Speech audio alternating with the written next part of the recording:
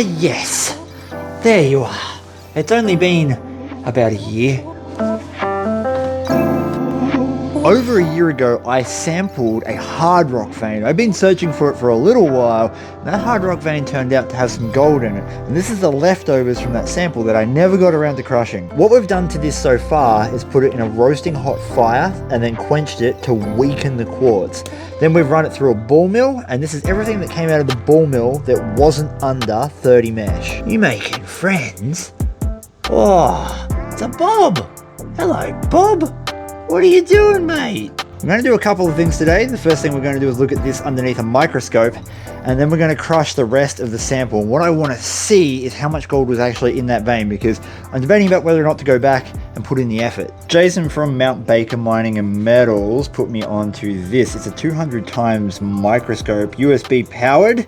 And man, you should definitely get one of these if you can afford it. It is so bloody cool. It just clips onto your phone. I've left a link in the description below. It is an affiliated Amazon link, so I do get a small kickback from this. It doesn't cost you any more money, but it just helps support the channel, so if you're interested. I don't remember any of these samples being stupidly rich. I do remember vaguely getting a nice picker out of one. So we're just going to look over 3 different samples.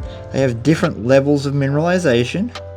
And we might get lucky, we might see something of interest. You can see the heavy iron presence within this sample. Look at that. And obviously some nice smooth worn edges because of it going through a ball mill. This is our next sample. It's a much smaller rock, but it has far more mineralization for its size. So we're just looking through where we know the heavy iron concentrates are, because generally speaking, that's where our gold is. Is that some down in there? It's just shiny. Well, we might have a piece back there. That looks like gold to me. Just left of center. That, to my eyes, looks like gold. It's not, like normally if it was pyrite, it would refract light a bit different. That does indeed look like we've got a little piece of gold in that rock. The gold that I remember pulling out of this ore was super fine. That may also be a very tiny piece. Dead center of screen now. Just north of that black iron stain that kind of looks like a pi symbol. The last sample here has a lot more host rock around it than it does quartz, but in this area I found that the gold tends to cling to the host rock. It seems to be sandwiched between the quartz, the main vein of the quartz, and the carrying basalt, which is very interesting. I was talking to Steve about it. He said you got to sample directly across the vein, and then usually you'll find most of your gold concentration within one area.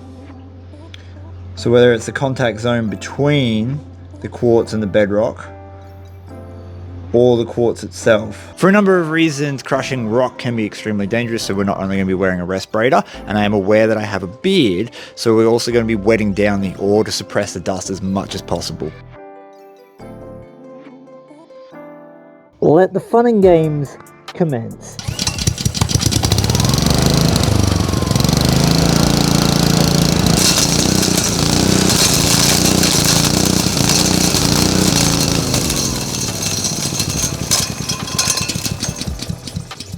What's the bet I am completely out of fuel?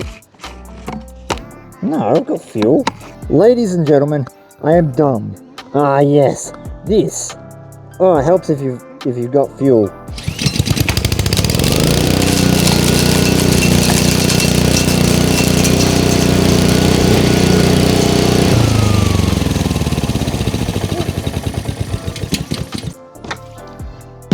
There's only ever one problem when you run wet ore through that crusher.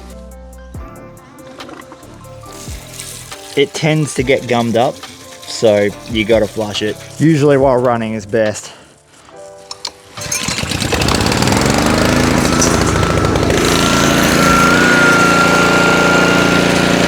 And that is the slop we're left with.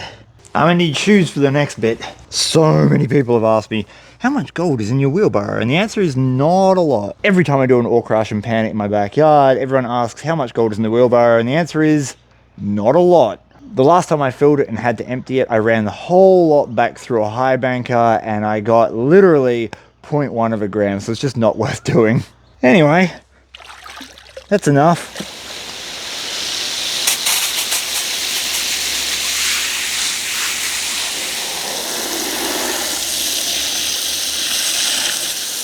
Normally I don't even fill these up, I just let the rain do it, so this is a rarity for me. I made a super rookie error. I put the crusher on the dry washer bucket. The dry washer bucket doesn't have this lip on it, so we might lose some soil here, but anyway, let's just see how we go, shall we? Messy. That's how we went. That right there is future Chris's problem, and this is current Chris's pleasure. Okay, so look, I do a lot of prospecting, and sometimes it takes a lot of time to get back to an area that I know is good. If this is good, I'm gonna go back and take a better sample. I vaguely remember it having some decent gold in it. And I'd really like to see that again today, even though obviously we could have crushed it a little better.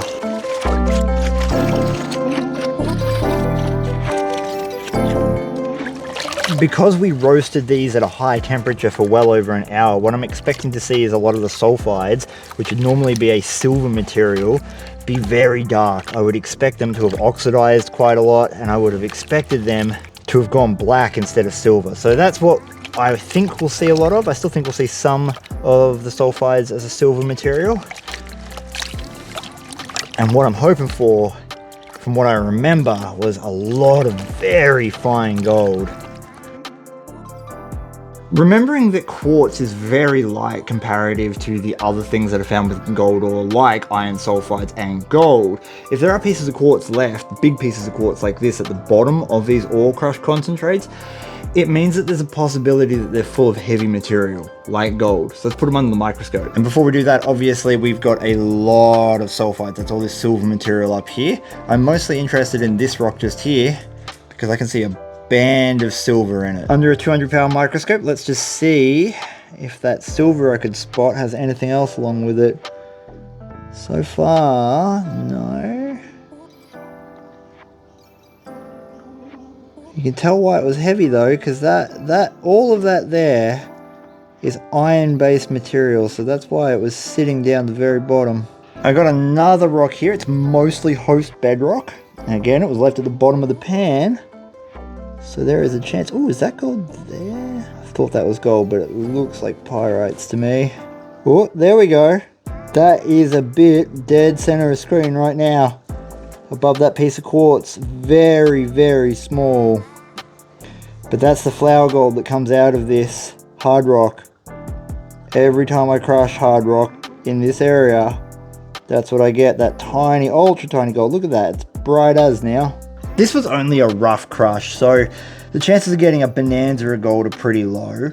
But if we get, 20 to 50 flakes of fine gold, it's worth going back and sampling that a little bit more thoroughly and checking it out. And that's what I want to know today. So we've got heaps of sulfides in there, big boulders of it.